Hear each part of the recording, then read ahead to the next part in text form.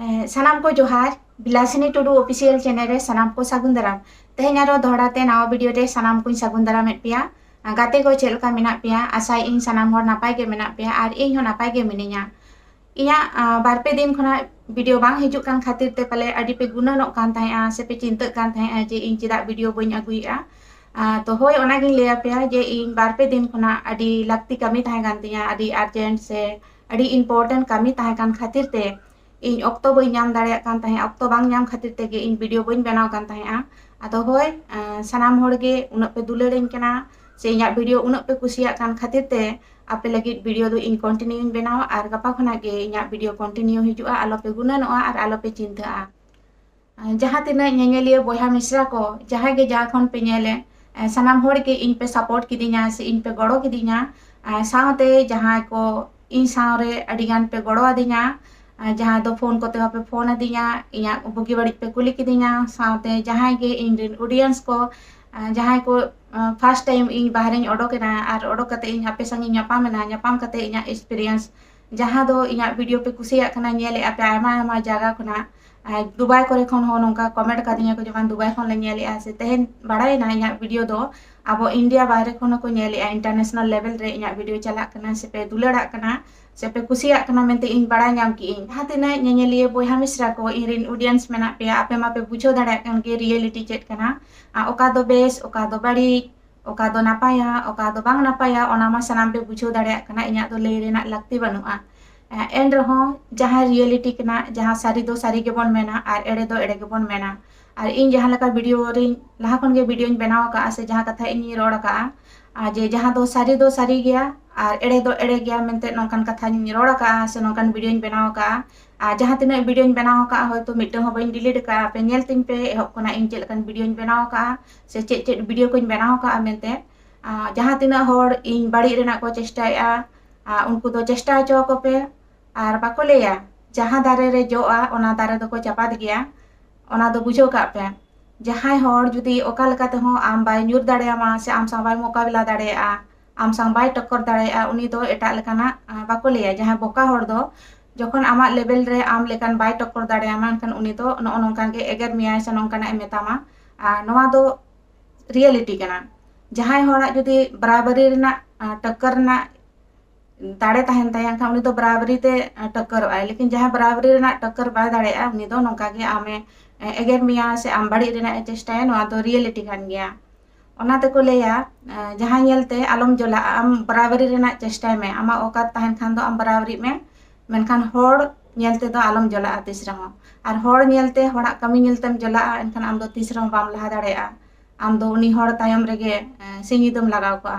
बाको मेना अकोय होड़म रेगिया से अकोय होड़म हिसाया आम दो सिंग निदो जीना हराम को तमा उनी तायम रेगे आम दम चिंताया जे उनी चेल लकान गोहड़िया चेल लकान न्यूरिया ओना गेम उयहरा मेनखान होड़ न्यूर चक्कर रे से होड़ गिरा चक्कर रे खुद को गिरा ओना दो बांग को बुझो दाड़ेया ओना दो ऑक्टो रेना खेल कना सही दो सही गे बाको लेया सत्य हमेशा जीत हुआ उनका के सारी रे दो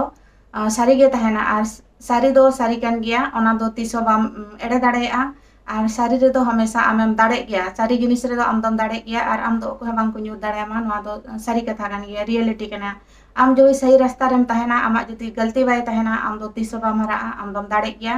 और तेहेन इन टाइम रे जहाँ तिना को कोशिश इन गिराव लगी से नोका इंसान टकरा लगी तो ओना दो बन बुझो दाड़े कान गया जे ओकोया तिना औकात मेना तया ओना दो औकात ñel रेना लागती बनुआ ऑक्टो गे लेयाय ऑक्टो गे बिचराय ओकोय सारिया ओकोय दो एड़ेया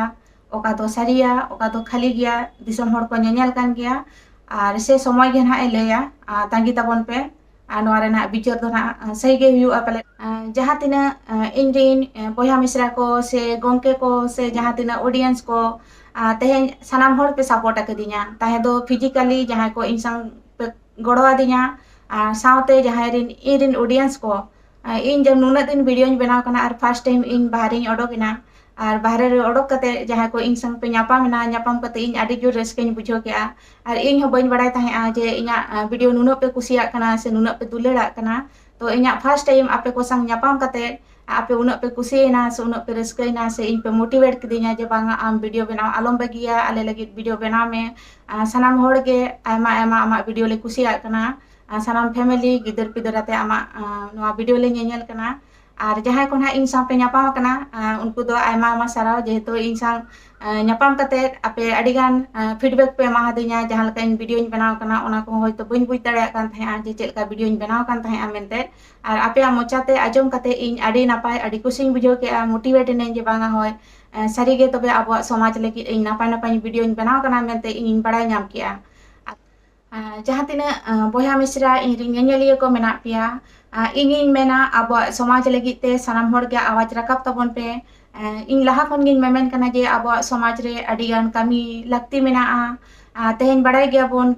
media tala te ho adigan awaj rakap lekhan adigan सरकार ठेन सेटेरोआ से सानाम हर ठेन सेटेरोआ नितो दो डिजिटल युग कना जे ओड़ा ओड़ा चला कते दो हर दो बांग बुन बुझो दाड़े को से जहाना अबो मेन सना बोना से दिसम हर तला रे जहां सदर सना बोना ओना बांग बोन सदर दाड़ेआ नितो नोंकाना सुविधा मेना जहां सोशल मीडिया तलाते अबोआ आवाज बोन राकाब दाड़ेआ से अबोआ मने रेना कथा हर ठेन बोन सदर दाड़ेआ से अबोआ समाज रेना जहां बेस बड़ी हुयुक कना ओना हर को तला रे बोन सदर दाड़ेआ तो इन मेना जहां तिना अबोआ समाज रे मेना बोन यंग जेनरेशन को युवा को चाहे कोड़ा हुयु चाहे कुड़ी हुयु सनाम हर गे अबोआ समाज लगी बोन कामिया देला इन लेका गे हिजुक ताबोन पे इन सावते सनाम हर गड़ो इन पे तेहेन सनाम हर गे जुबित कते बोन कामिया जहां तिना किछु यूट्यूबर को अबोरिन जहां तिना मेना को अबोआ समाज लगी ते को कामी कना उनको हो आयमा आयमा इन सराव को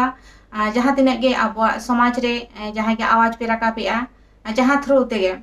जहां tina किछु अबोरेन सोशल मीडिया रे जहां पे कमी कान यूट्यूबर को उनको को सराव का चेलका अडी होड़ दो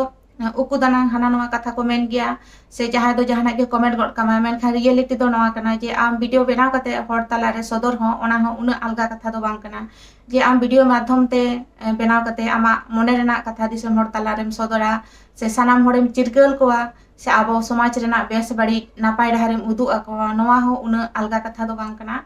तेहेन जुदे उन अलगा ताहे को खान ताले घरे घरे उनंग नोंका के वीडियो को बनाव किया तो एन रहोኝ मेता हबोना जे जहां तिना जहां युवा को मेना बोना यंग जेनरेशन अबो समाज लगी ते हिजुक ताबोन पे दला लहा ताबोन पे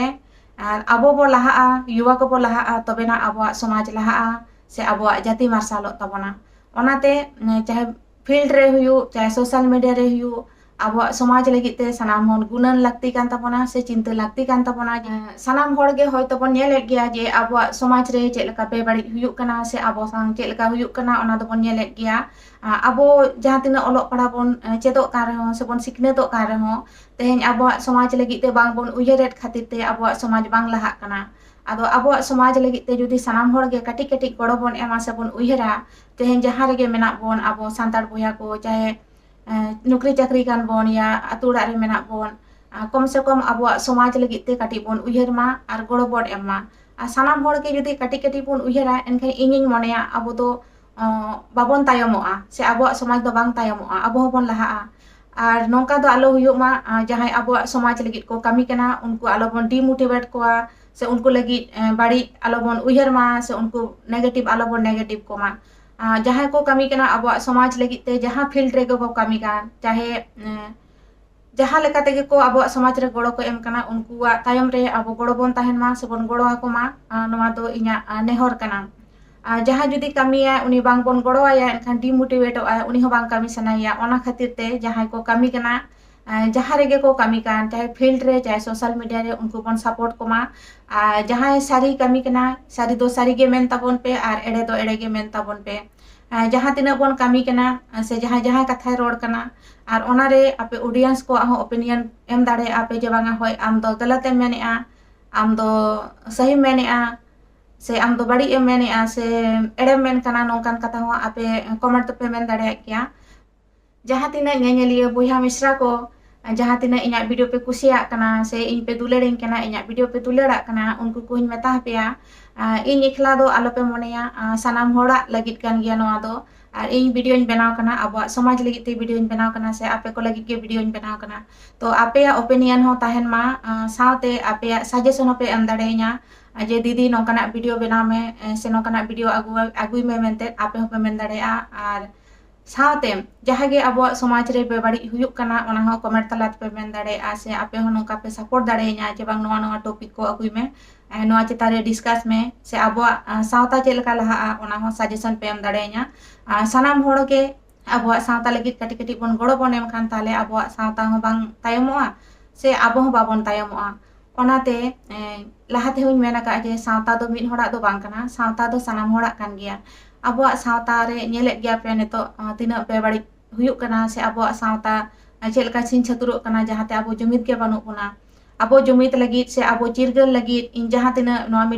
वीडियो माध्यम तीन चेष्टाया से इኛ आवाज ही रकाबे जे बांगा अब सांतार को चिरगलो ताबन पे अब जहां हक अधिकार कना से अब जहां गे जानाम कोना गुजु हरी रायरित आरी चली मेना जहां को चेलका आदो कना से बाड़ीजो कन तपना ओना को चेलका नापाय ताहेना से अब जहां तिना ñeñeलिया बहा मिश्रा को इरिन ऑडियंस को जहां इन पे गड़ो दिना से इन पे दुलड़ दिना सावते जहां तिना गोंके को इन फोन कोते पे गड़ो दिना से इन दिस उदिस पे एमा दिना सावते जहां तिना इरिन बहा को जहां इन पे गड़ो दिन तो सनाम को गे सावते जहां तिना यूट्यूबर बहा को जहां इኛ सपोर्ट रे वीडियो पे बनाव किया उनको हो जहां गे जहां लका पे गड़ो दिना से जहां लका गे इኛ सावते पे ताहेना उनको को इኛ अंतर आत्मा खुना साराविन चलापे कना और तेहना वीडियो दो नोडे किन मुचाद ताबना गपा खुना वीडियो इኛ कंटिन्यू हिजुआ आलोपे गुननोआ आलोपे चिंतेया आपे सनाम होड़ नापाय रे ताहेन पे और इन हो नापाय गे मिनेया तेहना वीडियो तो मा ताहले नोडे किन मुचाद ताबना मा दोहराते सनाम को जोहार।